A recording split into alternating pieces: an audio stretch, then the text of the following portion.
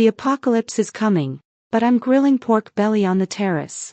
The sizzling, oily aroma mingles with the laughter from the movie, filling the room. In my past life, when the apocalypse struck, that scumbag and his family stole the supermarket my parents left behind, then turned around and pushed me into a horde of zombies, making me watch as I was devoured alive. Xia Jian, you little wretch.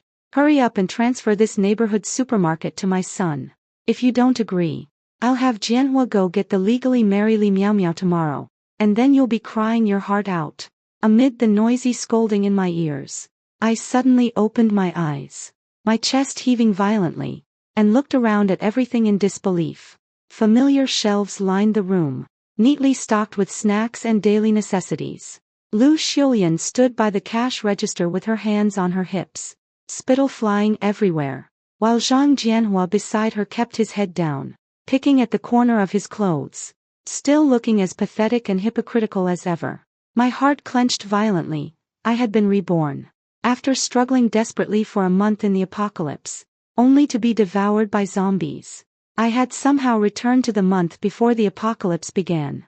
In my past life, it was these very words that forced me to hand over the small supermarket left by my parents to Zhang Jianhua. In the end, he and his mistress kept all the supplies for themselves. My own savings, thanks to Zhang Jianhua's constant deception, had dwindled to less than 5,000 yuan. The apocalypse arrived, and the prices of supplies skyrocketed. I couldn't buy even a single scrap. A month into the apocalypse, zombies broke out everywhere. I could no longer find any supplies. Unable to hold on any longer, I risked my life to rush to the Zhang family's place and beg them for help. But they deliberately threw rotting garbage onto themselves, attracting a horde of zombies. They watched coldly as I was torn apart and devoured by the undead. Every time I think of it, the pain seeps out from the cracks in my bones, making every hair on my body stand on end, a chill creeping up the back of my neck, and the places where I was bitten aching as if they were still bleeding. Are you deaf? Lu Xiulian, seeing that I did not respond, reached out to flip through the cash register's ledger. I suddenly slapped her hand away, the last trace of warmth in my eyes completely shattered, leaving only a bone-chilling coldness. Old hag, who do you think you are to touch my family's belongings? How dare you curse at me? Lu Xiulian, like a dog whose tail had been stepped on, lunged at me with claws bared. I dodged to the side, grabbed the nearby mop, and swung it at her legs.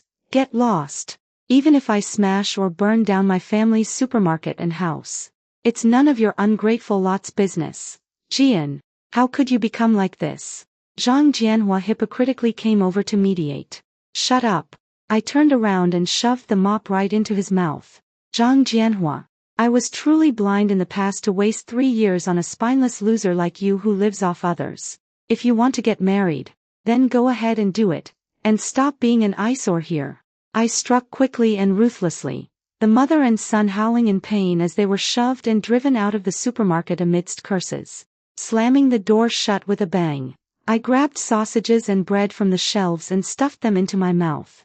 I didn't stop until a bloated pain spread through my stomach. It felt so good to be full. Sliding down against the door panel to sit on the floor, I finally couldn't hold back my tears. Not crying, but feeling relieved. In this life, I will never be at anyone's mercy again. Zhang Jianhua, Lu Xiulian, Li Miao Miao. Everyone who owes me will pay back with interest, one by one. Now, the first step is to clear out this small shop and turn it into the capital I need to survive. A moment later, I wiped the tears from the corners of my eyes, and my gaze became unusually resolute. I quickly moved all the supplies on the shelves that could be useful in an apocalypse: compressed biscuits, canned food, drinking water, batteries, and lighters, into the warehouse behind the supermarket and locked them up. For the remaining items that were of no use, I took out paper and a pen and wrote, 50% off clearance sale. I posted it in the most visible spot, then shouted at the top of my lungs, clearance sale, 50% off, everything half price. The neighbors were drawn by the shouting and soon packed the supermarket. I quickly collected the money and packed everything up, not finishing until evening when the supermarket was completely cleared out. In total, it came to 225,000. But this was far from enough. Without taking a moment to rest, I immediately opened my mobile banking app and various loan applications. I knew my credit limit well, and I also understood that after the apocalypse, these debts would become utterly meaningless. My fingers moved swiftly, maxing out credit cards and withdrawing all available online loan limits. After completing all the procedures, my phone balance showed 502,000. Still not enough. In the evening, I returned to the old house. Opening the door, the familiar old sofa came into view. Stepping closer, the yellowed family photo hung steadily on the wall. I lay down on the big bed in my parents' bedroom, trying to feel the lingering traces of their presence, as if they were still there. A tear trickled from the corner of my eye onto the faded pillow, my voice tinged with reluctance. "I'm sorry, Mom and Dad." The next morning, I went to the real estate agency. A middleman surnamed Jean clutched a folder, looking troubled. "Miss Xia, we've managed to find a buyer for your supermarket storefront within a week, but the old house is quite aged, making it hard to find a buyer. I can sell it at 30% below market price and offer you an extra 3% commission, on the condition that both properties must be sold within 3 days. I don't plan to keep either the convenience store or the old house." In the month I barely survived. Every day brought thunder, typhoons, and torrential rain. The old house was situated in a low-lying area, and by the third day of the storm, the water inside had already risen to waist height. The convenience store, also a ground-floor shop front, couldn't withstand the heavy rain either. The real estate agent's hand trembled as he held the contract, quickly responding, "Sure thing, Miss Xia. Rest assured about these 2 properties. I need to rent a top-floor apartment with a large terrace, preferably 2 adjacent floors rented together, and I need to move in 3 days. What floor range can you accept?" "Above the 30th floor. The 30th floor. Are you sure? All right, let's get it done as soon as possible." With that, I left the agency.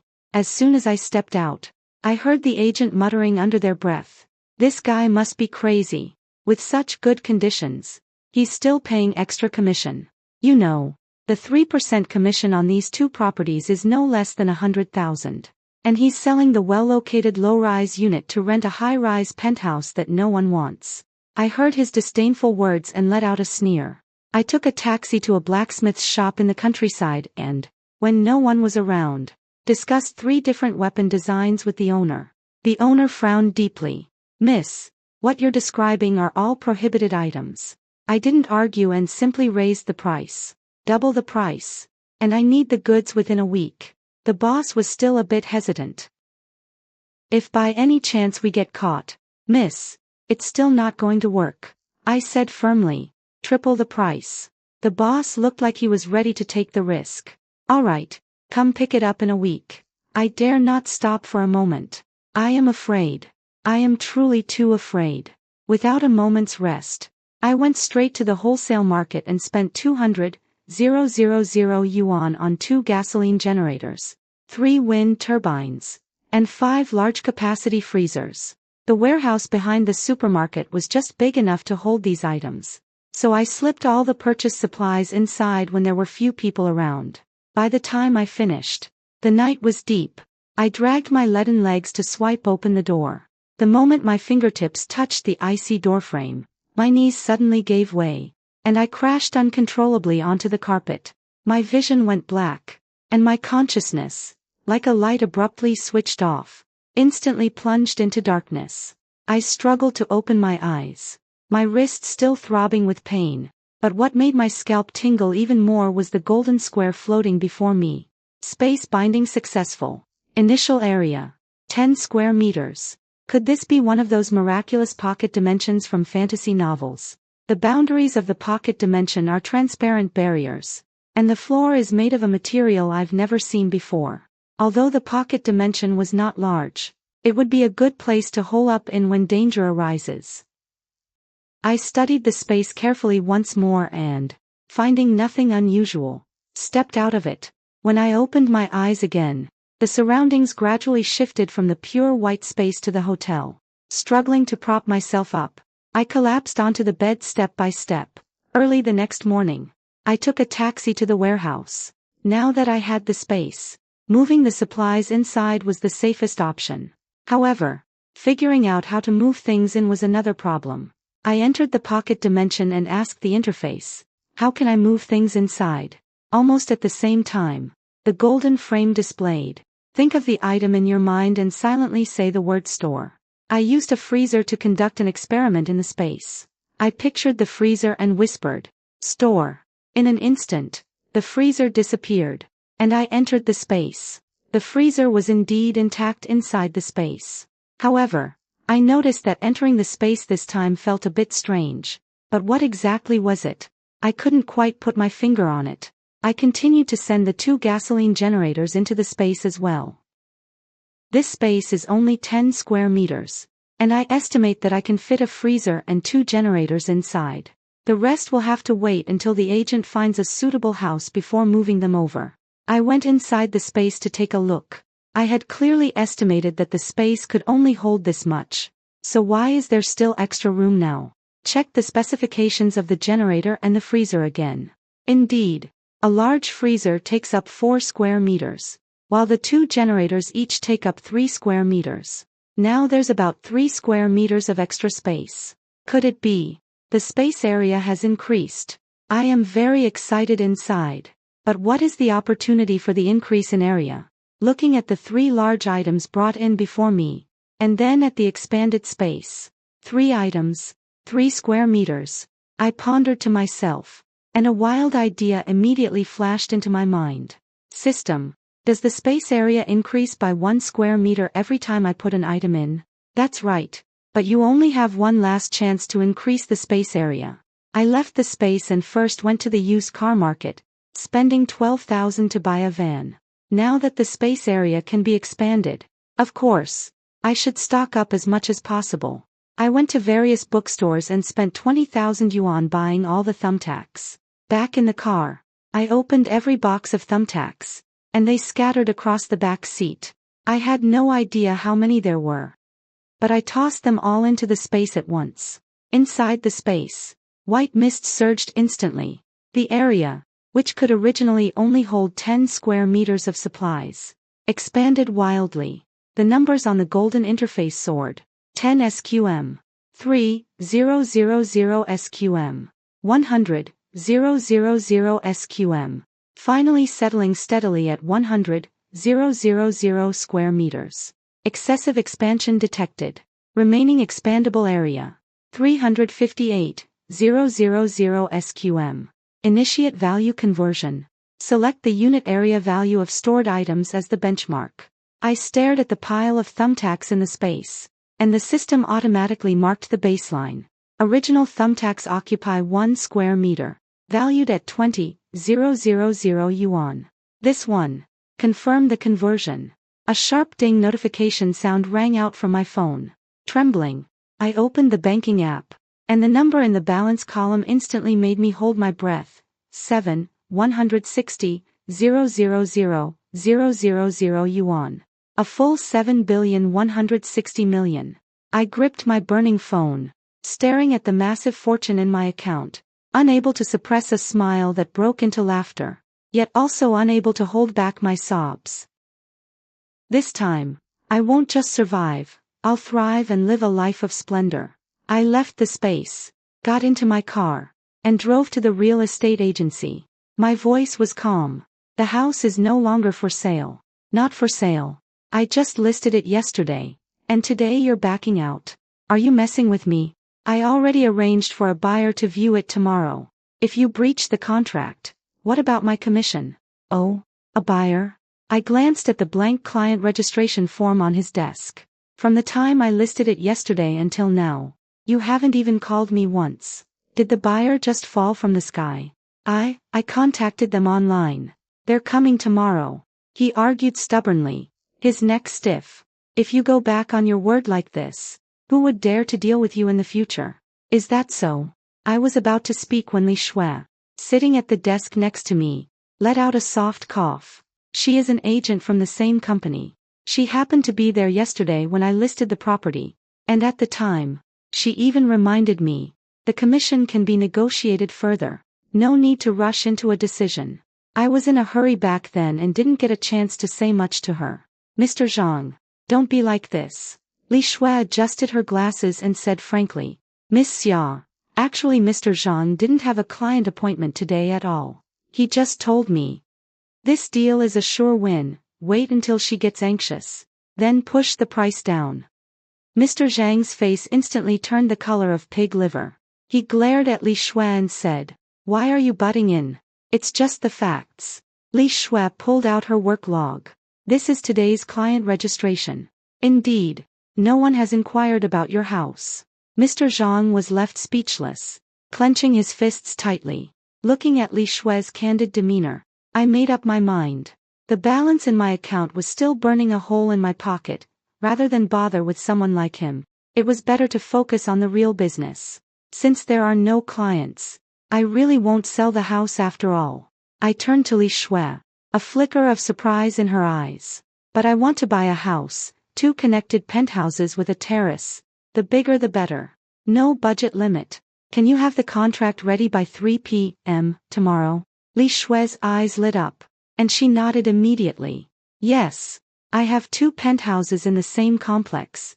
The owners are in a hurry to sell. I'll go organize the documents now. Sorry for the trouble. I gave her a smile, turned around, and picked up the photocopy of the property deed from the table. As I passed by Mr. Zhang, I paused for a moment. That's right. My voice wasn't loud, but it reached his ears clearly. Don't always call people stupid behind their backs, after all. Who's really the fool is still up for debate. Mr. Zhang's lips trembled, unable to utter a single word. Walking out of the real estate agency, the sunlight felt warm on my skin. Yesterday, I was still worrying about supplies. And today, I'm holding billions in confidence to pick out a house. This pre-apocalyptic reversal is far more interesting than getting angry over petty people. Oh, I forgot there's one more thing. I drove to another agency. I need to buy a slightly low-lying first-floor house in the urban village. I do have one available right now. But miss, that house might not be suitable for living in when it rains. This is exactly what I wanted. The agent raised an eyebrow but ultimately didn't say much. After signing the contract, I called Zhang Jianhua. Soon, the disgusting voice of the jerk came through from the other end of the phone. Jian, you finally picked up. I'm begging you. Okay. He deliberately dragged his voice with a crying tone, but impatience lurked in the tail end. My mom said, if you don't transfer the house to me, I have to go get the legally marry Meow Meow this afternoon. 3 years of feelings, and you're really going to watch me marry someone else?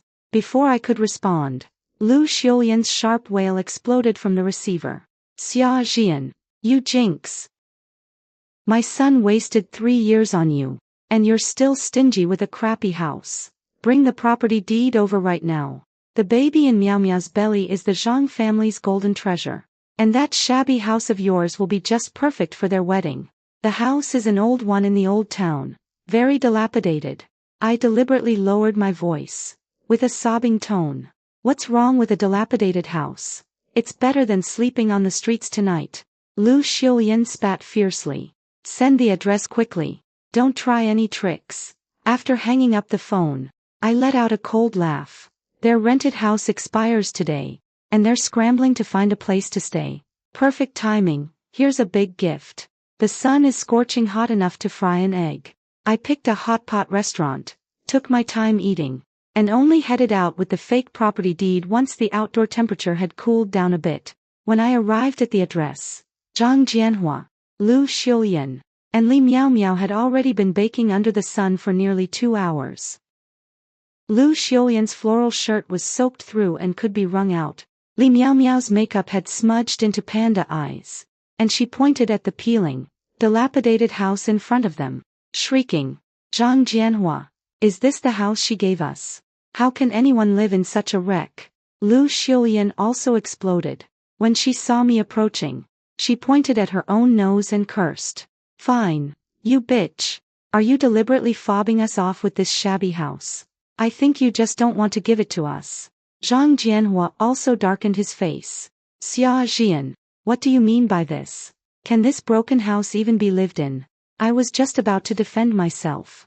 Two men in floral shirts suddenly appeared at the alley entrance, staring at the dilapidated house for a long time before shouting at me.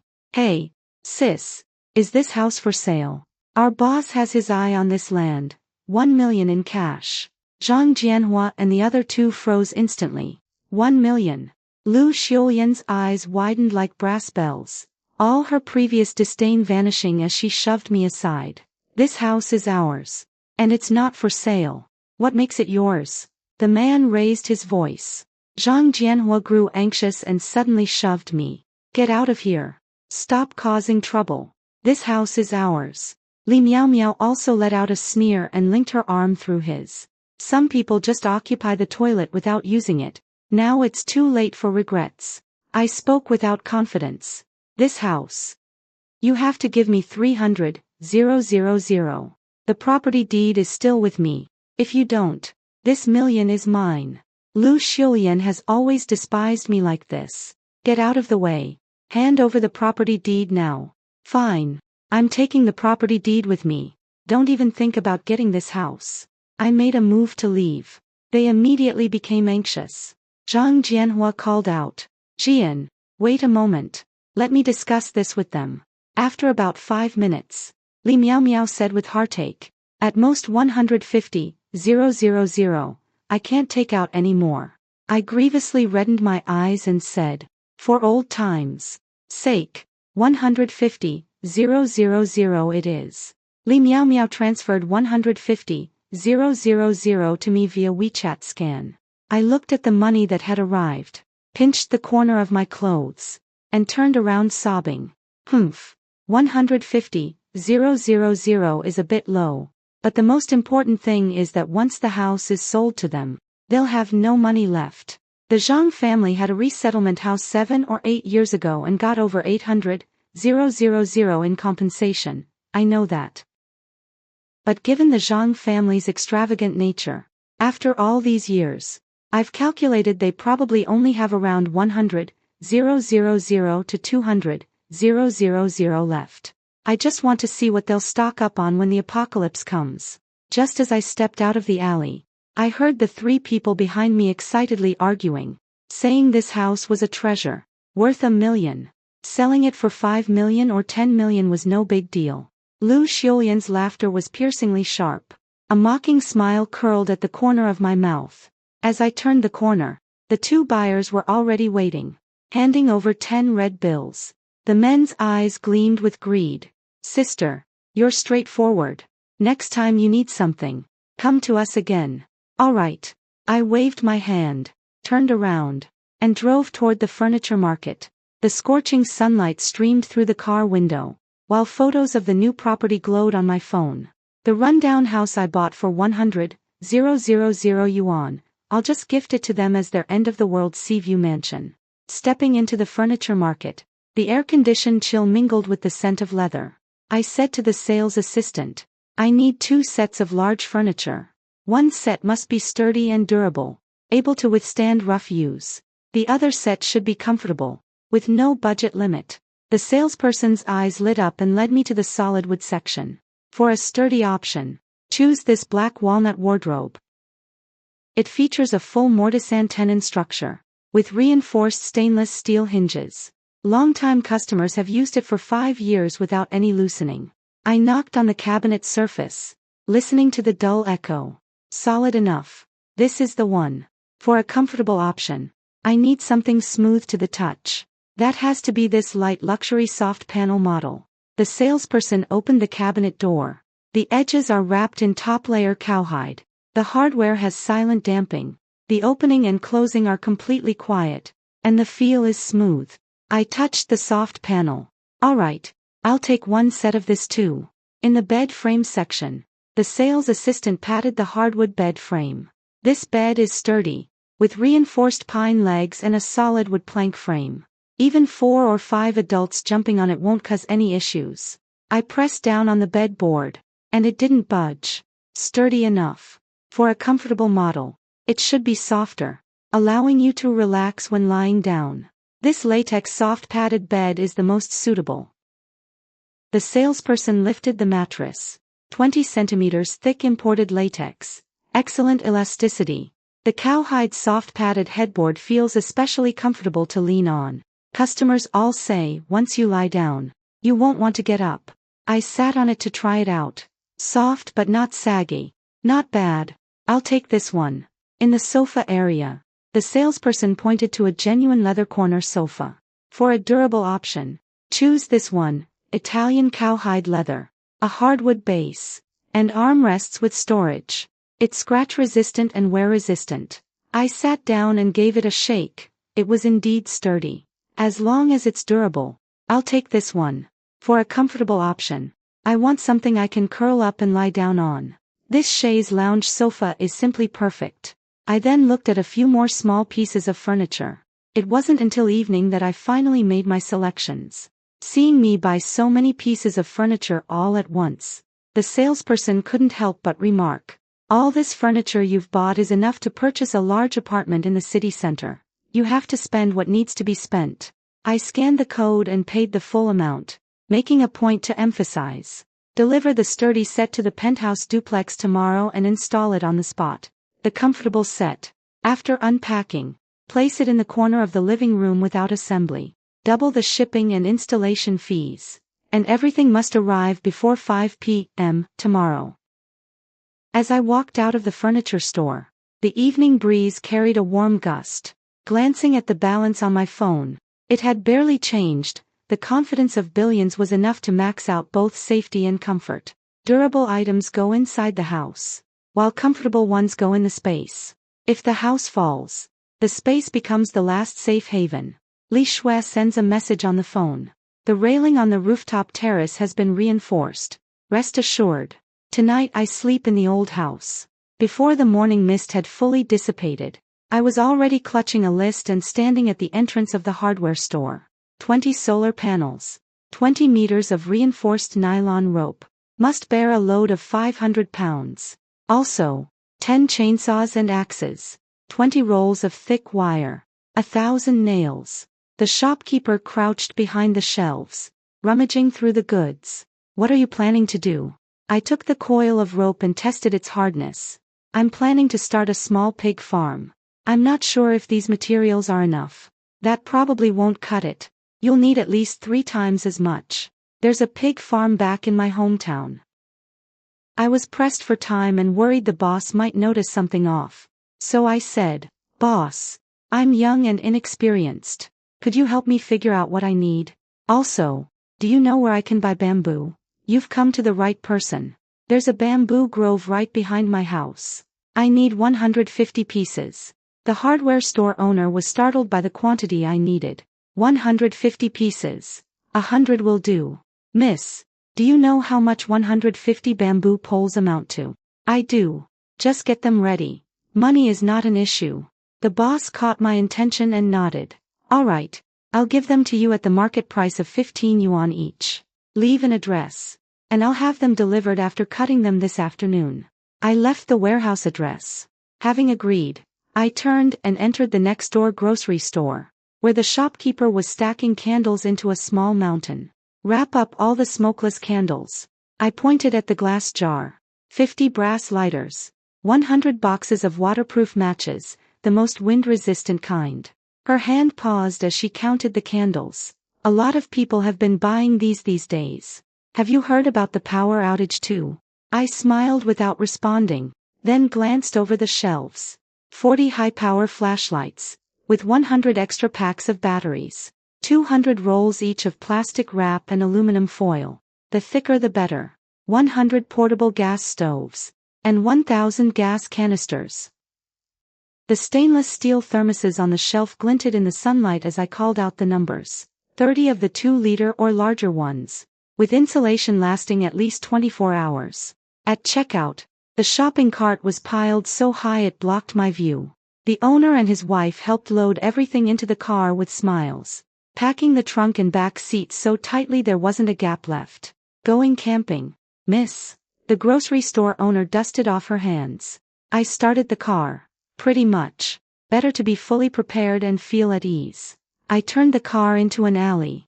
After making sure no one was around, I closed my eyes and murmured to myself. The carriage emptied in an instant. He patted the steering wheel. Next stop. The pharmacy. The hard currency more valuable than food in this apocalypse. I walked into the pharmacy, the scent of medicine mingling with the smell of disinfectant wafting out. I walked straight to the prescription drug section. 100 boxes each of cold medicine and fever reducers, and the largest packages of anti-inflammatory drugs like amoxicillin and cephalosporins. 50 boxes each. The pharmacist looked up at me. That much? I need to register it. For backup.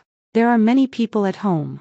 I added. 100 boxes each of painkillers, stomach medicine, and allergy medication. 100 bottles each of vitamin C, B-complex, and calcium tablets. Moving to the over-the-counter medicine section, I pointed at the disinfectant supplies.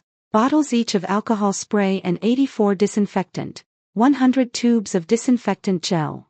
100 rolls of gauze. 200 boxes of Band-Aids. 50 bottles of iodine. The pharmacist stared at the list and laughed. You're stocking up more thoroughly than a small clinic.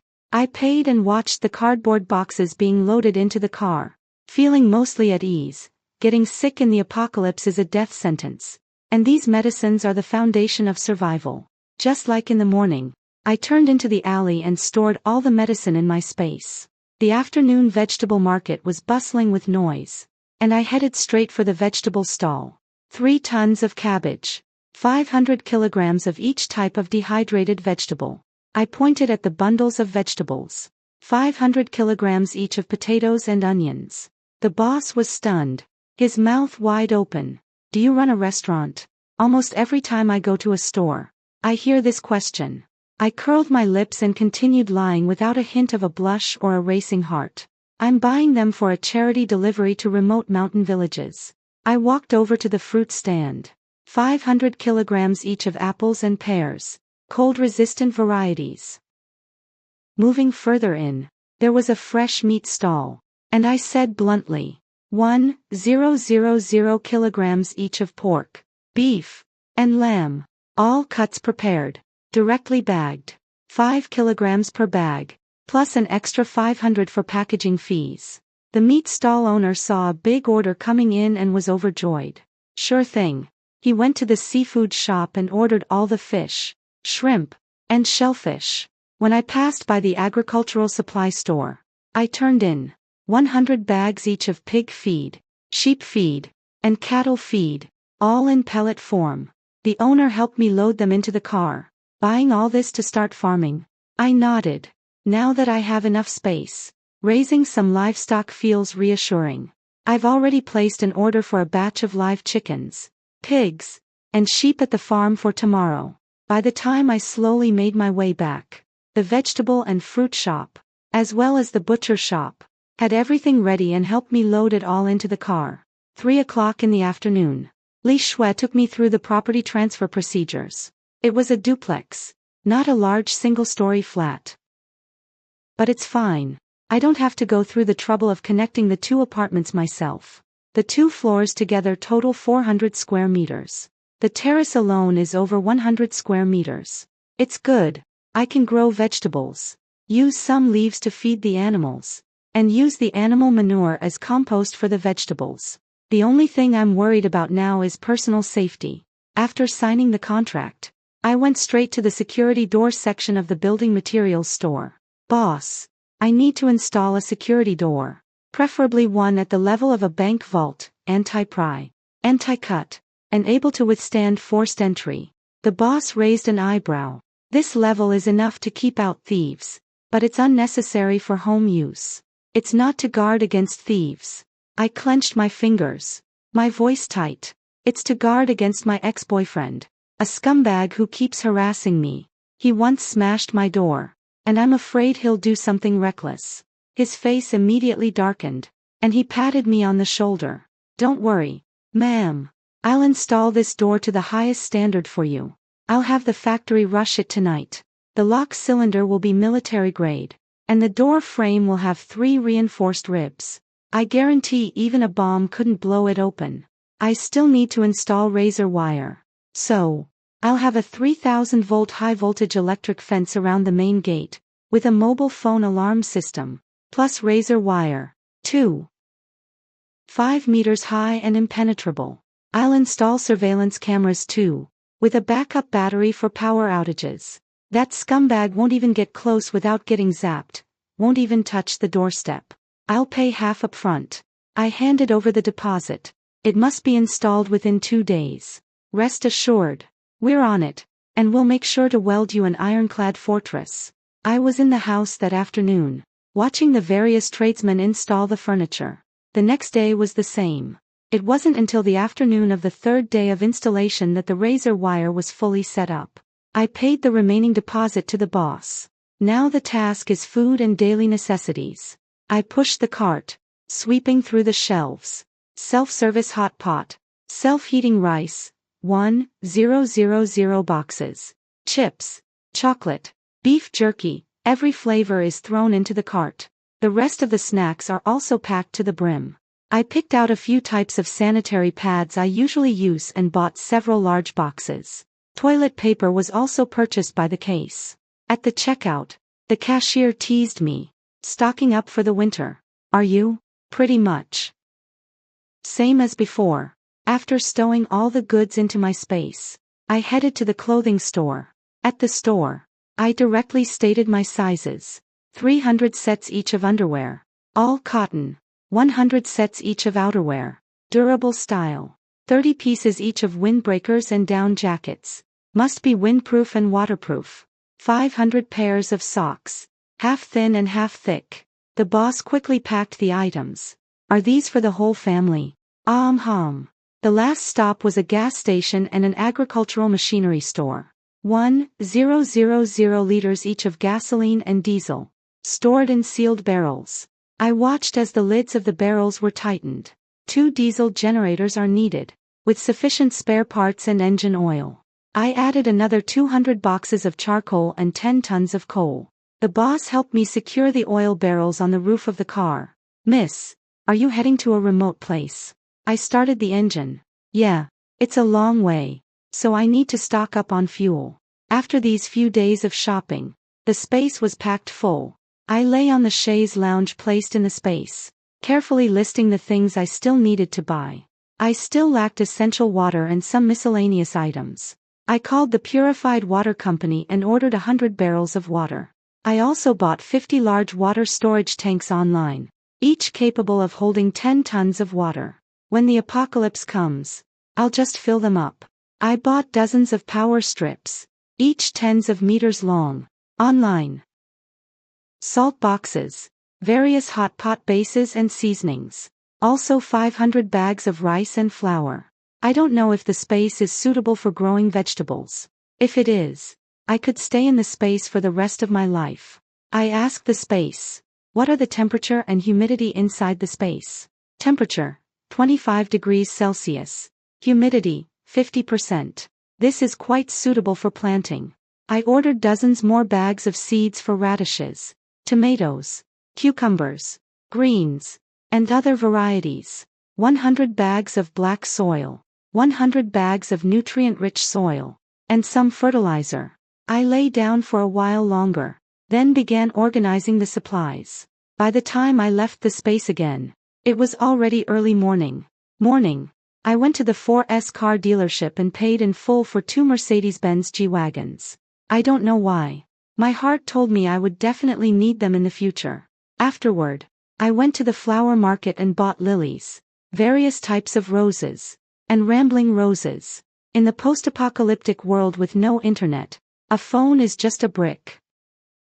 Growing vegetables, tending flowers, and raising animals can be considered the joys of life, helping to avoid the loneliness of a solitary world. I also bought an electric scooter, because the space is large and it's inconvenient to carry things. Driving a big G-Class feels a bit too extravagant. With less than half a month until the apocalypse arrives, I am already well prepared. In the following days, I spent most of my time repairing the fence with bamboo and rarely left the space. Once the fence is fixed, all kinds of animals can move in. There are only 3 days left until the apocalypse. The last chicken coop has also been completed. I drove the van to the farm and brought back 30 chickens, 10 broilers and 20 layers. I parked the van at the warehouse, locked the door from the inside, made sure no one was around, and directly put the van into the space. I drove the van next to the chicken coop, and the big and small chickens all flew into the coop one after another. The same went for the remaining cattle, sheep, and pigs, transporting them batch by batch. Lying on the sofa in the room, I slowly relaxed. I looked at the surveillance footage on my phone showing the warm scene of Zhang Jianhua and his family of 3. I let out a sneer. I'd like to see if you can still be so happy and harmonious when the apocalypse comes. 10 seconds until the apocalypse. 10, 9, 8, 7, 6, 5, 4, 3, 2, 1. Boom, boom. Dark clouds, like ink-soaked cotton, pressed down on the rooftops, as a torrential rain poured down, rattling the window panes. The phone kept vibrating on the coffee table, messages flying fast in the owner's group chat. Finally some cool weather. The past few days were so hot I almost got heatstroke. The air conditioner can finally take a break. And the electricity bill monster. Back off, back off. Someone filmed the white curtain of rain outside the window, captioning it, listening to the rain and daydreaming. So soothing. My fingertips glide across the screen, yet a chill runs down my back. They don't know that this seemingly cooling downpour is just the prelude. A catastrophe for humanity is approaching. In the previous life, extreme heavy rainfall would trigger urban flooding, setting off a chain reaction of flash floods. The water storage tank in the kitchen had long been filled, waiting only for me to place it into the space. The rain outside the window grew heavier and more urgent, and the distant road surface was already glistening with water. Ding dong. Someone in the group shared a picture. The water in the small square downstairs is already above ankle level. Isn't the rain too heavy? Below it, a string of replies followed. This rain is really intense. I put down my phone and stared at the rising water outside the window. They thought it was just a refreshing, cooling rain, but they didn't see that the apocalyptic flood had already quietly risen within the rain curtain, slowly creeping toward every home. I left a jug of water outside and put the rest into the space. At noon, after eating, I lay down on the bed and fell into a deep sleep to the sound of the noisy rainstorm. When I woke up again, it was already midnight. I picked up my phone, and the screen showed 200 missed calls. I didn't even need to think about who it was, so I deliberately set my phone to silent before taking a nap at noon. I opened my phone, and sure enough, WeChat messages were even 99+. The chat windows of Zhang Jianhua and Lu Xiulian were frantically jumping at the top.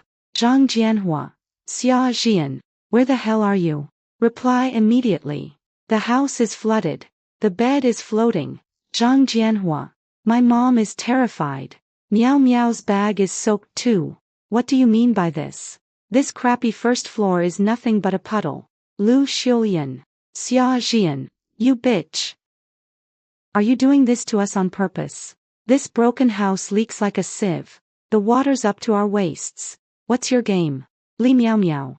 At Xia Jian, get over here and deal with this now. Otherwise, I'm calling the police. All our luggage is ruined. Can you afford to pay for it? Zhang Jianhua. Jian, I'm begging you. Did you already know it was going to rain heavily? You must have somewhere to go, right? Can you come get us? I admit I was wrong. Okay. Lu Xiulian. Those 2 buyers were your hired decoys. You tricked us into waiting to die in this broken building. You jinx. You'll die a miserable death. Zhang Jianhua. The water is still rising. It's already over the windowsill. The door is swollen shut from the water and won't open. Xia Jian, if you don't do something, we're really going to drown. Several photos followed the messages. In the dim room, slippers and cardboard boxes floated in the murky water. Lu Xiulian was screaming while clinging to the doorframe. Li Meow Meow crouched with her head in her hands on the only corner of the table not yet submerged. And in the background, the wall plaster could be seen peeling off from the soaking. I scrolled through the messages. my fingertips brushing over the words drowned on the screen, a cold smirk curling at the corner of my mouth. I opened the chat and slowly typed a line. "Oh, you just noticed. How stupid. And wasn't it you who said this house has a great location and will appreciate in value? That day when you were fighting over the property deed, you didn't say that, did you?" The moment the message was sent, the other person's messages kept popping up. Zhang Jianhua. Stop your nonsense. Save us. Lu Xiulian. Come save us quickly. Or when I get out, I'll make sure you can't handle the consequences. Li Miao Miao. Remember to bring us some food when you come. My son is hungry. Lu Xiulian. Right. Don't let my grandson go hungry. I suddenly felt a bit hungry and decided to eat some barbecue. Minutes later, I took a photo of the sizzling, fatty pork belly on the grill and sent it to the three of them. Caption. TSK TSK TSK. Look at that golden brown meat. So fragrant. Too bad you guys can't have any. Almost at the same time, Zhang Jianhua's WeChat call came through. I hung up and turned off Do Not Disturb. Looking out at the relentless rainstorm, I let out a soft laugh. This gift of the apocalypse. They had certainly accepted it thoroughly. On the surveillance footage, the murky floodwater had already risen to the three of them at waist level. Zhang Jianhua clung to a wobbling table leg, his face flushed red. If it weren't for you egging my mom on to snatch that rundown house, saying it could be flipped for $1 million. Now look, the money's gone down the drain, and there's not even any food left. Li Miao Miao shoved him hard, splashing water all over his face, making her panda eyes look even worse. Zhang Jianhua, have some shame. Who was it that hugged me and called me Miao Miao the smartest? Saying that Xia Jian, that fool, wouldn't dare do anything. Now it's all my fault. Lu Xiulian stumbled and steadied herself in the water, then grabbed Zhang Jianhua's arm and screeched. You worthless piece of trash. What kind of skill is it to curse at a woman?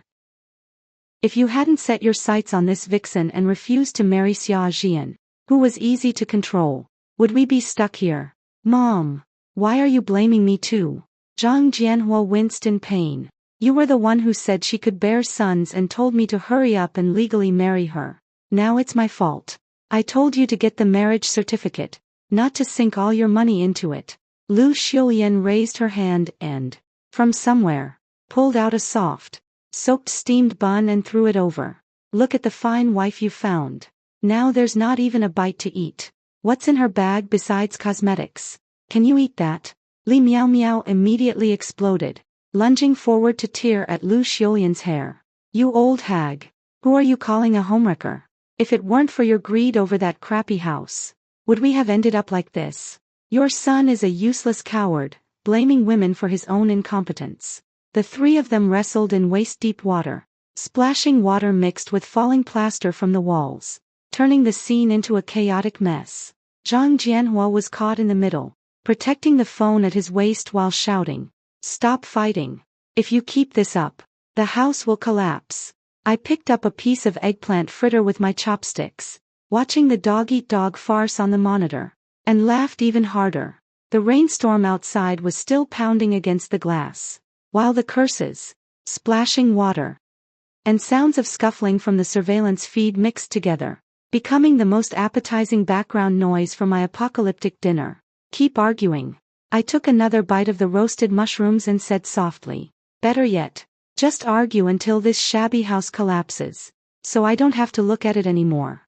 After finishing my meal, I entered the space and started the diesel generator. Several freezers cannot have their power supply interrupted. The chickens, ducks, cows, sheep, and pigs were also fed again. There were quite a lot of bamboo left at the time, so I simply raised ducks as well. The laying hens have already started laying eggs. With 20 hens, we get 16 eggs a day, which is quite productive. At the very least, it ensures we can have fresh eggs every day. The brightness inside the space is quite high, and wearing an eye mask doesn't make it suitable for sleeping there.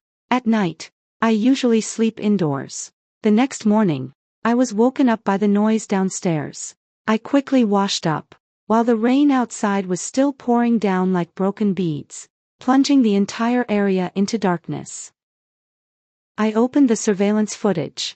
Zhang Jianhua, Li Miaomiao, and Lu Xiulian were trapped in a dilapidated house in the urban village, with floodwater already rising to their chests.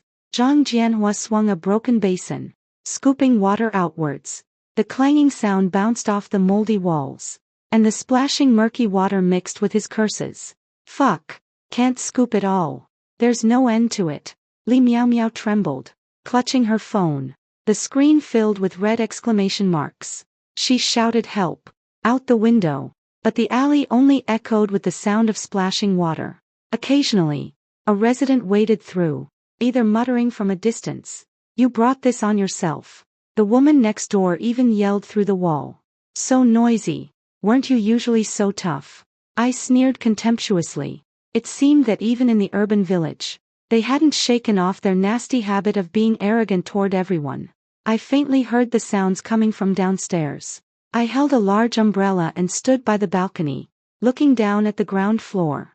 The child on the third floor has a fever. Does anyone have fever-reducing medicine? I have candles at home. I'll send 2 to the 5th floor. Residents on the upper floors walked down through the stairwell, where the water was ankle-deep. Someone tied bread with ropes torn from bed sheets and lowered it down. Someone directed, "Send the elderly up first. I'm on the 12th floor. I can squeeze in 3. The lady on the 7th floor shared the last of her hot water with her neighbors, smiling as she said, "We're all in the same building. If we lend each other a hand, we'll get through this." On the surveillance footage, the water in the ruined house kept rising. Lu Xiulian pressed against the window, staring at the scattered lights in the distant neighborhood, and suddenly burst into tears. "Why do they get help? And we're just supposed to sit here and wait to die." Li Miaomiao kicked over the plastic bucket floating in the water. "If it weren't for you coveting that crappy house, we could be drinking hot porridge in the neighborhood right now." Zhang Jianhua swung the broken basin and smashed it against the wall, mud splashing all over his face. "What are you yelling about? Yell again, and this house will collapse and bury us all." The alley remained desolate, with only their curses and the sound of scooping water echoing. But in the stairwell downstairs, all sorts of lively noises reached my ears. Someone was sharing batteries. Someone was helping a neighbor charge their devices. And even the children were sensible enough to share their biscuits with the younger ones. What a heartwarming scene. Yet who could have foreseen that when the food runs out, the corridor once lit by candlelight would become a battlefield where people would fight with reddened eyes over half a bag of rice. Those hands that once passed warm water would, for the sake of a safe corner, reveal their most ferocious forms in the darkness. And now, those cursing in the floodwaters and those warming themselves by candlelight will, in the torrent of the apocalypse, be swept together into the same cruel trial. I locked the terrace door and stepped inside, put on my headphones and watched a downloaded movie. By the 5th day of rain, it could no longer be described as merely noisy. The world outside the window seemed to be trapped inside a giant white noise machine. The sound of rushing water mixed with various noises, the muffled thud of a distant building collapsing, screams from someone's belongings being swept away, and faint cries in the distance. I checked the electrified iron fence again, and the screen showed a stable voltage.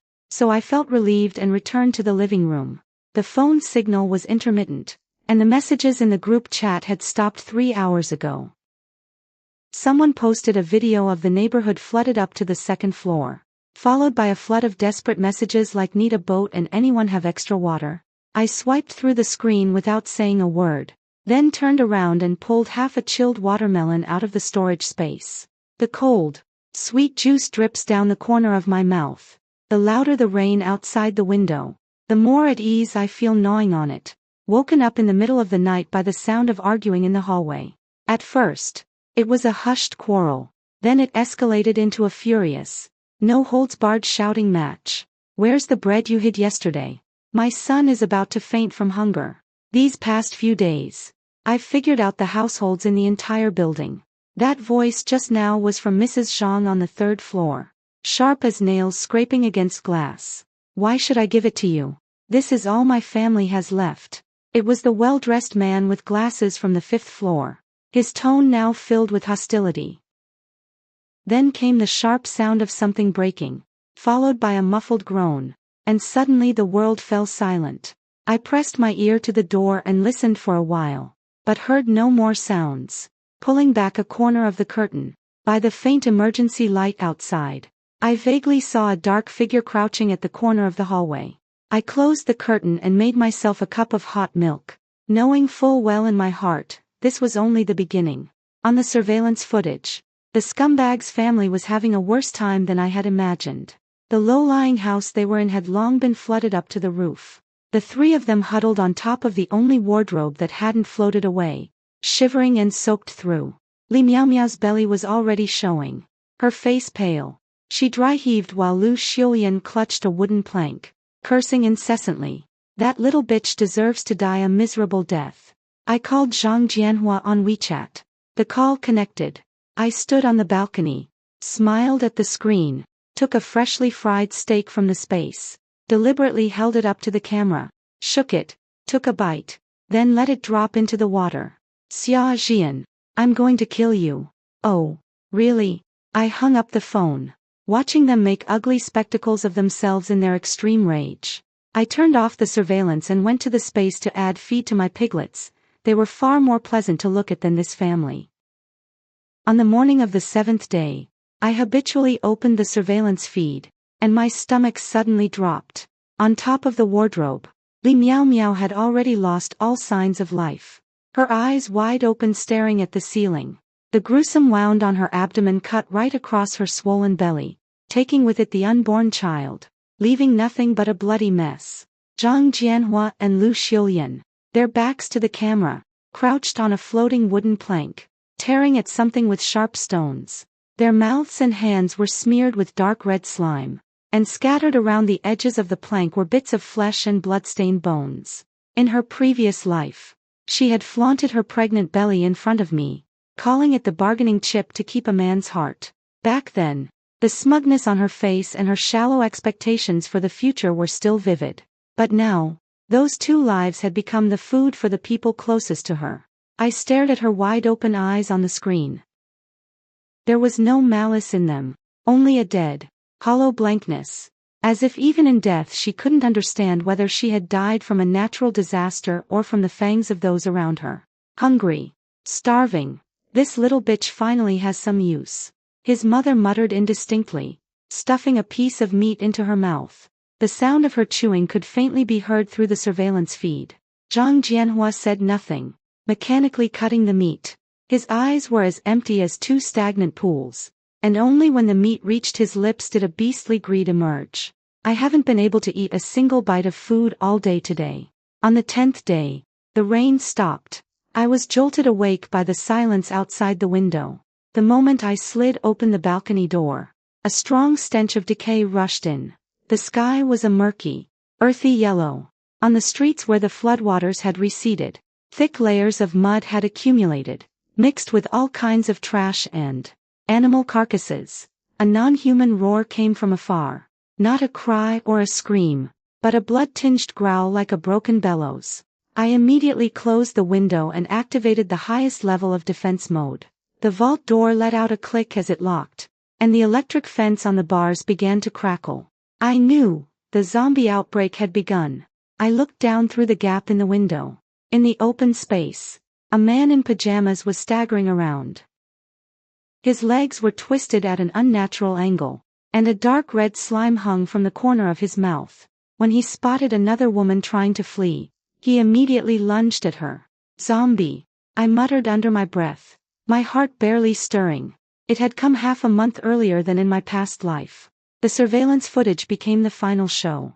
Zhang Jianhua and Lu Xiuyan had just crawled out of the flooded house, covered in mud, leaning against the wall to catch their breath, when they ran into three zombies staggering in from outside. Those monsters moved slowly, but their biting stance was ferocious. Run! Zhang Jianhua roared, his first instinct not to pull his mother along and run, but to shove her forward. The old woman screamed as she was tackled by the zombie, her murky eyes fixed on the scumbag, cursing, "Beast! Beast!" But the sound was quickly drowned out by the noise of chewing. On the surveillance footage, Zhang Jianhua had just crawled out of the zombie horde, covered in blood and gasping for breath. I told him through the monitor, It's me. I'm at 502, Building 3, Yafu Garden. There's food at home.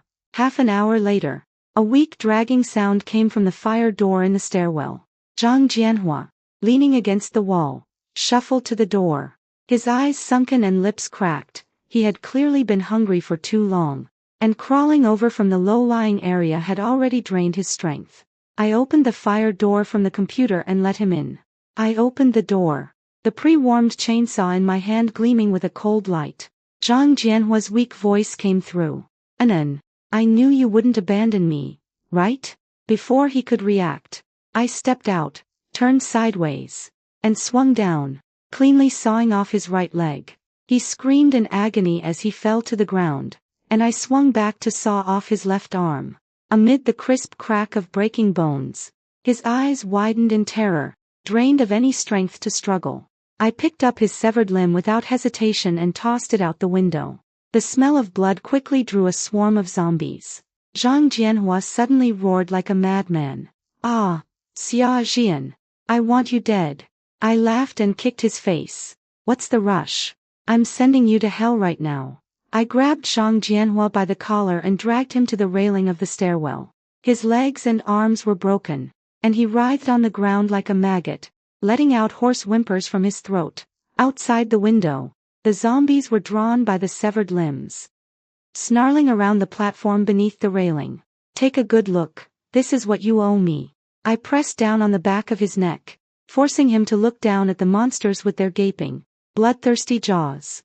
His pupils suddenly contracted, and snot, tears, and blood streamed down his face. Before he could beg for mercy, I abruptly let go.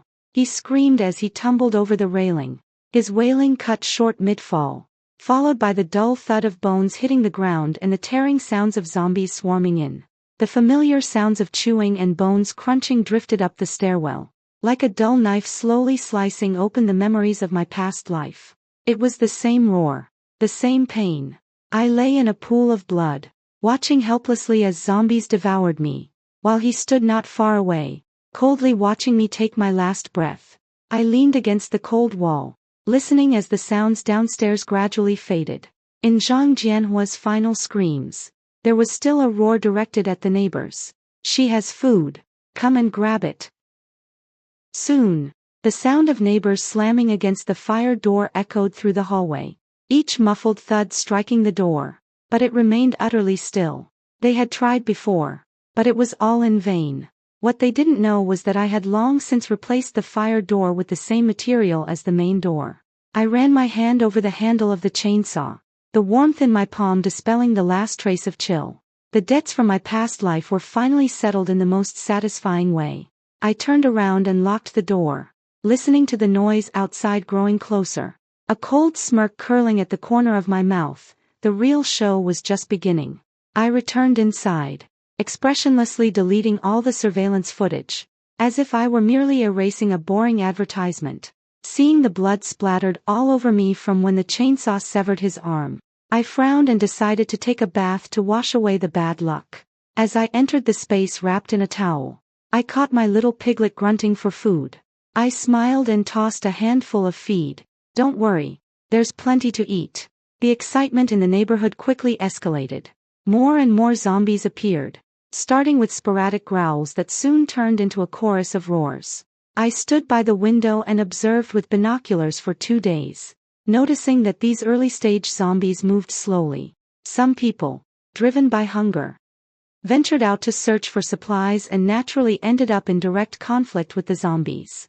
I discovered that the zombies' weakness is obvious, the head. On the afternoon of the 3rd day, I decided to give it a try. I pulled out the machete I had prepared long ago from the space, opened the door a crack. Seeing no one in the hallway of the apartment building, I locked the door. I went downstairs. I quickly locked onto a lone zombie downstairs. The monster had its back to me, head lowered as it gnawed on something, the skin on the back of its neck already beginning to fester. I took a deep breath, then lunged forward, my blade slicing swiftly and precisely toward the back of its skull. With a squelch, a foul, stinking liquid splattered all over me. The zombie wobbled for a moment, then collapsed stiffly to the ground. Just as I was about to turn and head back inside, I noticed a grain-sized, translucent crystal embedded in the wound on its forehead, faintly glowing in the dim, gray light. I had never seen such a thing in my past life. Hesitating for a moment, I used the tip of my knife to pick out the crystal core and pinched it between my fingers. It was cold, like a piece of cheap glass. As if possessed, I crushed it, and a warm current instantly surged from my fingertips through my entire body. The muscles in my arms suddenly filled with strength. The cleaver that had felt a bit heavy when I was hacking at the zombies now felt as light as a chopstick in my hand. Interesting. I raised an eyebrow, a spark of interest igniting in my eyes. Over the next few weeks, I became the nighttime janitor of the neighborhood, specifically targeting lone zombies to collect their cores. After consuming 3 transparent cores, I noticed my speed had increased, allowing me to easily dodge the sluggish lunges of the zombies. Swallowing a light blue crystal core, my hearing suddenly became acute, and I could hear the zombies' roars even from 2 buildings away. I sorted the crystal cores of different colors into glass jars and placed them on the shelves in my space. Like collecting candies, the piglets in the space had grown to half size, and the cucumber vines in the garden bed were laden with fruit. As I fed the pigs and munched on compressed biscuits, listening to the zombies' roars outside, I suddenly felt that this apocalypse life was quite fulfilling. A month after the rain stopped, the outdoor temperature soared to 50 degrees Celsius. I wanted to see if there were any places that hadn't fallen yet, so I drove my Mercedes-Benz G-Class around the area, with the windows tightly shut and the air conditioning running full blast. My enhanced hearing allowed me to precisely avoid the gathered zombie hordes. The streets were in a mess, shop roller doors were pried open, shelves lay scattered everywhere, and occasionally, dried bloodstains could be seen. On a suburban road where water had not yet receded, I saw a couple. They were lying on a broken wooden board. The man was paddling desperately, while the woman curled up in his arms, her face as pale as paper. When he saw my car, the man's eyes lit up, and he waved frantically. "Miss, please. My wife has a fever and is about to die. Just give me some medicine, and I'll be your servant for this life and the next." I rolled down the window, and a strong smell of sweat and medicine drifted in. The woman was breathing weakly, her forehead covered in cold sweat. The man had a deep gash on his arm, yet he was still shielding her tightly. I took out fever reducers, anti-inflammatory medicine, some compressed biscuits, and a few bottles of water from my space, and handed them through the car window. The man froze for a moment, his hands trembling as he took the items. Thank you. Don't follow me." I cut him off, rolled up the window, and stepped on the gas. In the rearview mirror, the man was clumsily feeding water to the woman, his movements cautious and careful. The corner of my mouth twitched, but I didn't look back. A few days later, I encountered a woman holding a child on another street. The child had a distinct bite mark on its leg, already scabbed over and blackened, but it hadn't turned into a zombie. The woman knelt on the ground, clutching my car wheel and crying, "My brother isn't a zombie. Please save him. I'll do anything." I looked at the child, who stared back at me with big, dark eyes, not like a zombie, but more like a frightened fawn.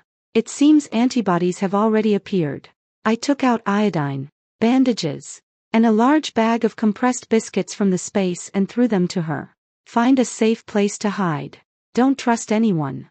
The woman kowtowed frantically. I started the car and drove away. In the rearview mirror, she was carefully bandaging the child's wounds. Maybe the vaccine is really coming soon. I touched the warm crystal core in my pocket, stepped on the gas, and the Mercedes G-Class splashed water all the way as I drove toward the next quiet corner. The zombies hadn't been completely cleared yet when the extreme cold arrived. The temperature dropped to -80 degrees overnight. The zombies outside froze like statues, moving much slower, but life for the survivors became even harder. Fortunately, I had prepared well in advance. The space was piled with coal and down jackets like small mountains, and the fireplace in the safe house was burning, making it as warm as spring. I was just about to move the vegetables I had planted outside into the house when a sudden bang-bang sound came from the fence. It wasn't the erratic pounding of zombies, but a rhythmic, malicious assault. Someone was climbing up from downstairs. Someone's inside. We saw your light by the window. Open the door. A harsh male voice mixed with grating noises. Someone was prying at my iron fence with a crowbar. I let out a cold laugh and took down the crossbow from the wall. This was custom-made at a suburban blacksmith's shop before the apocalypse, with long range and plenty of power.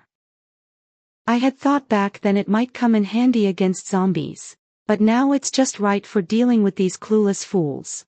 I walked over to the monitor screen, where the image showed 3 men. The scar-faced leader brandished a rusty steel pipe. The skinny monkey pried at the fence with a crowbar. And the short, fat man held a cleaver while looking around, his eyes full of greed. Set the electric fence to maximum intensity, I said to the voice control panel, and the voltage value on the screen instantly surged. This fence had never been used since it was installed, so now was the perfect time to test it. Damn, this fence is tough. Skinny monkey cursed as he put more force into it. The moment the tip of the crowbar touched the electrified railing, a crackling blue-white spark burst out. He recoiled like a scalded cat, convulsing as he tumbled into the bottom of the boat, smoke rising from his mouth. Ah way! Scarface was startled and reached out to pull him. The instant his fingers touched Skinny Monkey's clothes, another jolt of electricity shot through him. He screamed and yanked his hand back, his palm already charred black. The fat, short man was so frightened that the cleaver in his hand dropped, and he stammered, There's electricity. This woman has set up an electric fence. Knowing I'm a woman, it seems they've scouted the place beforehand. I slowly turned on the microphone, and my voice came through the hidden speakers outside the door. Want to come in? Sure, but first ask this fence if it agrees. The scar-faced man was both shocked and furious. He picked up the cleaver and slammed it against the fence. With a dull thud, the wrist-thick steel pipe bounced back, but he was left with numbness in the web of his thumb from the impact. Bitch! Don't be ungrateful. We know you have food in there. Be smart and open the door now, or when we smash this crappy fence, you'll be in for it. Oh, then go ahead and try. Loading a tranquilizer dart into the crossbow, I aimed at the scar-faced man's thigh on the surveillance screen. Boss, maybe we should retreat. This thing is too creepy. The fat man looked at the twitching thin monkey, his voice trembling. Bullshit, retreat. The scar-faced man was still putting up a tough front, but suddenly caught sight of my figure pressed against the inside of the fence, his eyes lighting up. She's over there. Smash her. He picked up a rock and hurled it at the balcony door. But not only was there barbed wire blocking the way, I had also long since replaced the glass with bulletproof panes. I pulled the trigger aimed at his thigh, and the tranquilizer dart whizzed through the gap in the railing, hitting the target with precision. Scarface was stunned at first, then his leg gave way and he collapsed onto the boat, and within less than half a minute, he went limp and fell, tumbling down the floor. The short, fat man was scared out of his wits, scrambling down the rope with both hands and feet to the ground. Want to run? I opened the balcony door and stepped out, machete in hand. The electric fence outside the railing crackled, casting a cold glow across my face. Weren't you just acting all tough? The short, fat man was so terrified he jumped straight into waist-deep mud, struggling to crawl farther away. I couldn't be bothered to chase him, so I just pressed the remote switch for the fence. The fence slowly opened a crack, and a few wandering zombies nearby, drawn by the sound, staggered toward him. Help! The fat man's screams were quickly drowned out by the zombies' roars. I leaned against the fence, watching as the fat man gradually fell apart under the zombies, tearing, until there was no more movement inside. Only then did I close the fence and lock the balcony door again. Back in the warm living room, I poured myself a cup of hot tea. In the mud outside the window, a few zombies were still hunched over, gnawing. I picked up a freshly baked sweet potato, took a big bite, and the sweet fragrance instantly filled my mouth. Want to take my stuff? You'll have to live long enough to try. In this apocalypse, kindness is a luxury. But when it comes to dealing with fools, I have plenty of patience and means. One afternoon 3 months later, I was sitting by the fireplace roasting chestnuts when I suddenly heard the roar of a helicopter in the distance. I immediately walked to the window and aimed my binoculars at the sky. A helicopter with a faint rescue marking was circling at low altitude. Attention! Survivors below. We are the official rescue team. A vigorous male voice came through the loudspeaker, carrying an unquestionable authority. Please bring essential supplies to the designated assembly point, and we will take you to the safety zone. Repeat. This is the last rescue opportunity. The surviving family on the opposite floor had clearly heard it. That family's surname was Wang. Mr. Wang's curtains were suddenly pulled open, and he leaned out, frantically waving his arms. His wife held their child, her face filled with the wild joy of surviving a disaster. This family had lost most of their supplies during the rainstorm, and in recent days, they had been surviving solely by scavenging food from neighbors and drinking rainwater, leaving them so thin they were nothing but skin and bones. As I watched them hurriedly gathering their belongings, a chill crept into my heart. I had seen the official rescue forces on TV, uniformed, orderly in their actions, never shouting with such a threatening tone. "Don't go. It's fake." I shouted out the window, but the distance was too far and the wind was too loud. They couldn't hear me at all. Mr. Wang, already carrying his pack, was pulling his wife with one hand and shielding his child with the other, stumbling out of the building entrance and running toward the designated landing point for the helicopter. Within moments, 5 or 6 survivors had gathered in the open area, clutching their remaining supplies. The helicopter circled at low altitude, dropping a rope ladder, but didn't let anyone climb up. 3 men in camouflage and masks slid down the ladder, holding rifles, their eyes scanning the crowd fiercely. "Hand over all the food and medicine." The leading man kicked the Wang family's package, his tone not one of rescue, but of robbery. Mr. Wang was stunned, still trying to explain. "Comrade, we're here waiting for rescue." "Rescue?" The man leading the group, holding a machine gun, sneered and suddenly raised his gun. Bang, bang, bang. Bullets whizzed past Mr. Wang's ear, hitting the tree trunk beside him. "Less talk. Hand over your stuff. Or die." The crowd panicked instantly. Some tried to run, but were forced back by 2 other men pointing their guns at them. Mr. Wang's wife was so frightened that she clutched her child and trembled. Gritting his teeth, he handed over the only half bag of biscuits and a bottle of cold medicine from his bundle. "Is that all?" The men weighed the bundle in their hands, then suddenly caught sight of the gold bracelet on Mrs. Wang's wrist, their eyes lighting up. "Take that off. This was a gift from my husband when we got married." The woman shook her head, crying. The man stepped forward and yanked it off in one go. Amid the crisp sound of the bracelet hitting the ground, he roared and lunged at them, only to be kicked to the floor. "You don't know what's good for you." The man spat, then suddenly raised his gun and aimed it at the other man's head. My heart stopped as I watched from the window, instinctively tightening my grip on the crossbow in my hand. But I knew deep down that I couldn't defeat them. Bang! A gunshot rang out, and Mr. Wang collapsed in a pool of blood. His wife let out a heart-wrenching scream, clutching the child as she tried to rush forward, but another man grabbed her by the hair and slammed her violently against the wall. The child cried out in terror, and the man, annoyed by the noise, struck the child on the head with the butt of his gun. I abruptly turned my face away, a wave of nausea rising in my stomach. Through the gaps between my fingers, I saw the 3 men, after taking all the supplies, waving toward the helicopter. The rope ladder was lowered again, and before climbing up, they fired a few more shots at the survivors lying on the ground to ensure no one was left alive. The helicopter roared away, leaving behind a scene of blood and bodies.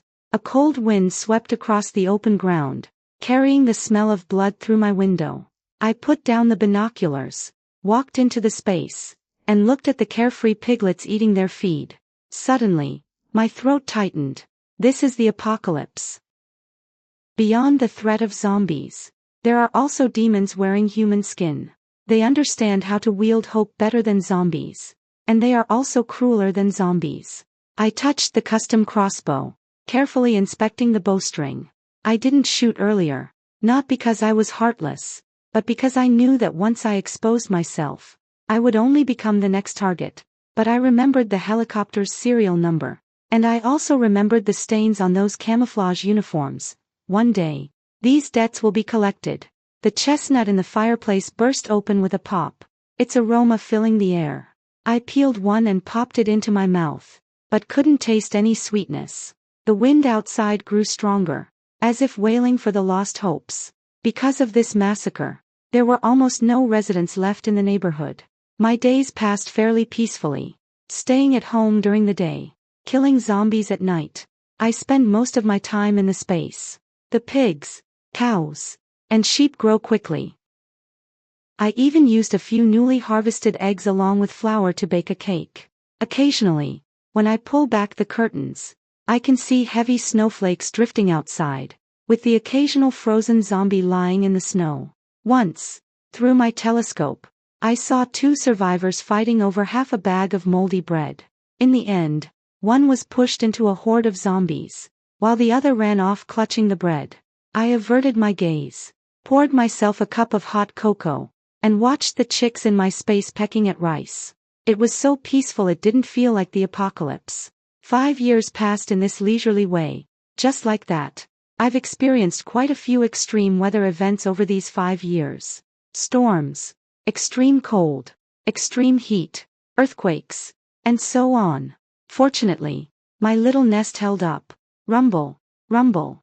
Many helicopters are circling in the sky again. They swoop low, scattering a vast white mist across the sky, like falling snow. Then, a fragmented broadcast crackles from the radio. The nationwide purification plan has been initiated. The zombie virus is under control. Survivors, please proceed to the nearest safe zone. I walk to the window, watching the distant ice and snow begin to melt as sunlight breaks through the clouds, spilling onto the dust-covered streets. Occasional survivors emerged from the ruins, supporting each other as they headed toward the safe zone mentioned in the broadcast. The piglets in the pen grunted and rubbed against my pant legs. I smiled, patted their heads, and turned to get the feed.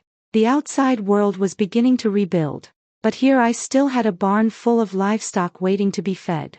As for those who once hurt me, they had long since turned into a handful of dust by the roadside, not even worthy of being remembered. I leaned against the railing, took a deep breath, and the sunlight fell on me through the clouds, warm enough to make one want to cry. I didn't shout or scream. I just gently closed the balcony door, turned around, and went to the kitchen to cook a steaming bowl of noodles, with an egg and some greens added.